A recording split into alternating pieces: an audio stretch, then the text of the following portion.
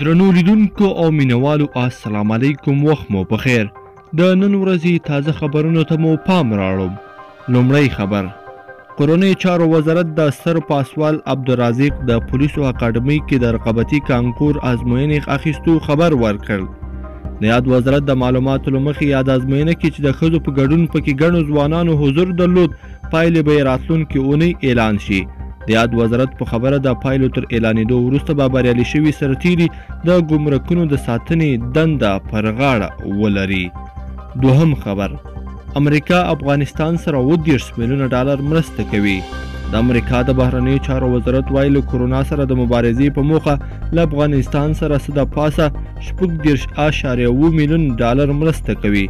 په کابل کې د امریکا سفارت سرپرست راس ویلسن وایي دغه مرستې په اغیزناک ډول له کرونا سره د مبارزې په موخه کیږي. دریم خبر: حکومت ومنله چې کرونا سره د مبارزې په پیسو کې فساد شوی دی.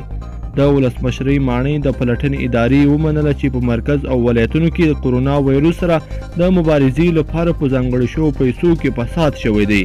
د دې ادارې مشرې غزل حارث نن په کابل کې وی خبري ناستې ته وویل کرونا وایروس سره د مبارزې لپاره په ځانګړو شویو پیسو داسې توکي هم اخیستل شوي دي چې هیڅ اړتیا ورته نه وه. څلورم خبر: طالبانو تېره اونۍ 119 ملکیانو ته مرګ ژوبله اړولې ده. امنیت شورا په یوه اعلامیه کې ویلي چې طالبانو تېره اونۍ د 401 تروریستي فعالیتونو په پایله کې 46 ملکیان وژلي او 93 تنه نور یې ټپیان کړي دي.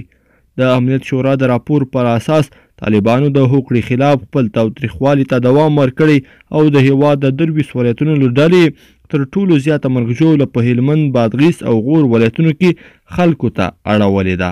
پنځم خبر: د کندوز لپاره نوی ټاکل شوی والي عبدالستار مزدکیوال خپله دنده په رسمي توګه پیل کړه.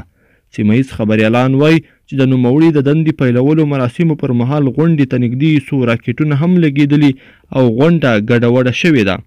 لیدونکو په دې هیله چې د نن ورځې خبري ټولګې به مو راسره تر پایه پورې لیدلې وي. که مو دا ویډیو خوښه شوې ویډیو لایک کړئ، د سره چینل هم سبسکرایب کړئ.